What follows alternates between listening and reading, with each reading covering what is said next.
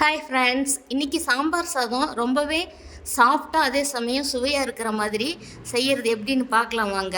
சாம்பார் சாதத்துக்கு இந்த கப்பில் 1 கப் அரிசி எடுத்திருக்கேன். இந்த அரிசி இதில் பாத்திரத்தில் போட்டுக்கலாம். 1 கப் அரிசிக்கு 1/2 கப் துவரம் பருப்பு எடுத்து ரெண்டையும் ஒன்றா ஒரு பாத்திரத்தில் போட்டு இதை ஒரு 4-5 முறை தண்ணி ஊற்றி வாஷ் பண்ணிவிட்டு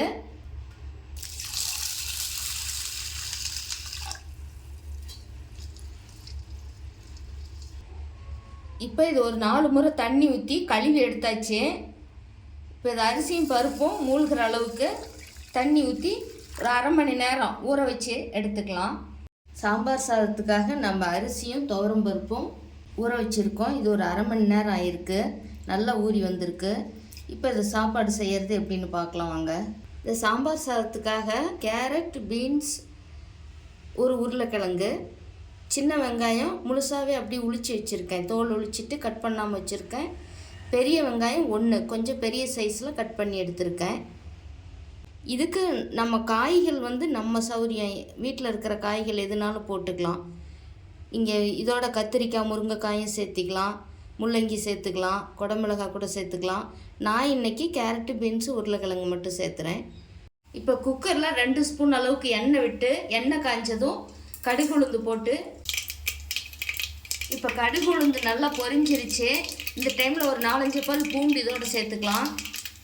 சின்ன வெங்காயம், பெரிய வெங்காயம் ரெண்டையுமே இதில் சேர்த்துக்கிட்டு இதோட கொஞ்சம் கருவேப்பிலை இலைகள், வெங்காயம்லாம் கொஞ்சம் நேரம் வதங்கினதும் நான் ஒரு பெரிய தக்காளி கட் பண்ணி வச்சுருக்கேன். இதை இதோட சேர்த்துக்கிட்டு இந்த தக்காளி கொஞ்சம் வதங்கட்டும். இந்த தக்காளி வெங்காயம் வதங்கும் போது கொஞ்சம் பெருங்காயத்தூள் போட்டுக்கலாம். நான் கட்டி பெருங்காயம் பொடி பண்ணி வச்சுருக்கேன், அதை சேர்த்துக்கிறேன். தூள் பெருங்காயம் இருந்தாலும் போட்டுக்கலாம். இப்போ கட் பண்ணி வச்சுருக்கிற காய்கள் இதோடு சேர்த்துக்கலாம். ஒரு உருளைக்கிழங்க பெரிய சைஸாக கட் பண்ணி எடுத்திருக்கேன், இது இதோட சேர்த்துக்கலாம். இந்த காயெல்லாம் கொஞ்சம் நல்லா இதுலேயே வதங்கணும். கொஞ்சம் மஞ்சள் தூள், கல் உப்பு இந்த காய் வதங்கிறதுக்கு மட்டும் சேர்த்துக்கலாம். காரத்துக்காக ஒரு 3/4 ஸ்பூன் சாம்பார் பொடி சேர்த்துறேன். இந்த காய் கொஞ்சம் நல்லா இதுலேயே வதங்கி ஒரு பாதி அளவுக்கு வேகணும். புளி நான் இதுக்கு சின்ன நெல்லிக்காய் அளவு எடுத்திருக்கேன். கொஞ்சமாக புளி போட்டால் போதும், ஏன்னா நம்ம தக்காளி சேர்த்துறோம்.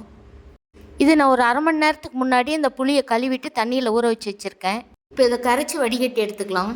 நம்ம சாப்பாட்டுக்கு எப்பயுமே 1 டம்ளர் அரிசிக்கு 2 டம்ளர் தண்ணி வைப்போம்.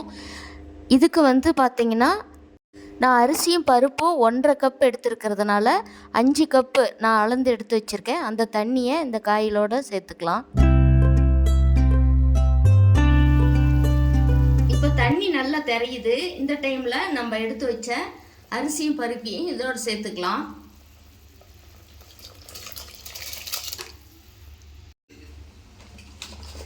நம்ம இப்போ அரிசியும் பருப்பு இதில் கலந்தாச்சு.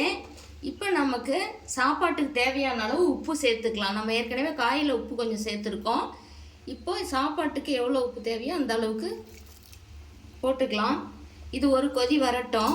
வந்தோட்டி நம்ம இந்த புளி கரைசல் இதோட சேர்த்துக்கலாம். இப்போ சாப்பாடு நல்லா கொதி வருது.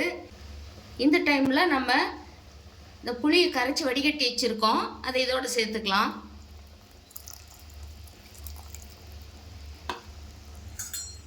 காய் நம்ம ஏற்கனவே நல்லா வதக்கியிருக்கோம், பாதி அளவுக்கு மேலே வெந்திருக்கு. அதனால் இப்போ புளி ஊற்றுனதுமே அந்த காய்கள் இதோடவே சேர்ந்து நல்லா வெந்துக்கும்.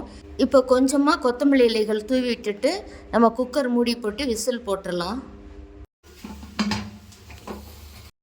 சாப்பாடு 5 விசில் வந்துருச்சு. நம்ம திறந்து பார்த்துக்கலாம்.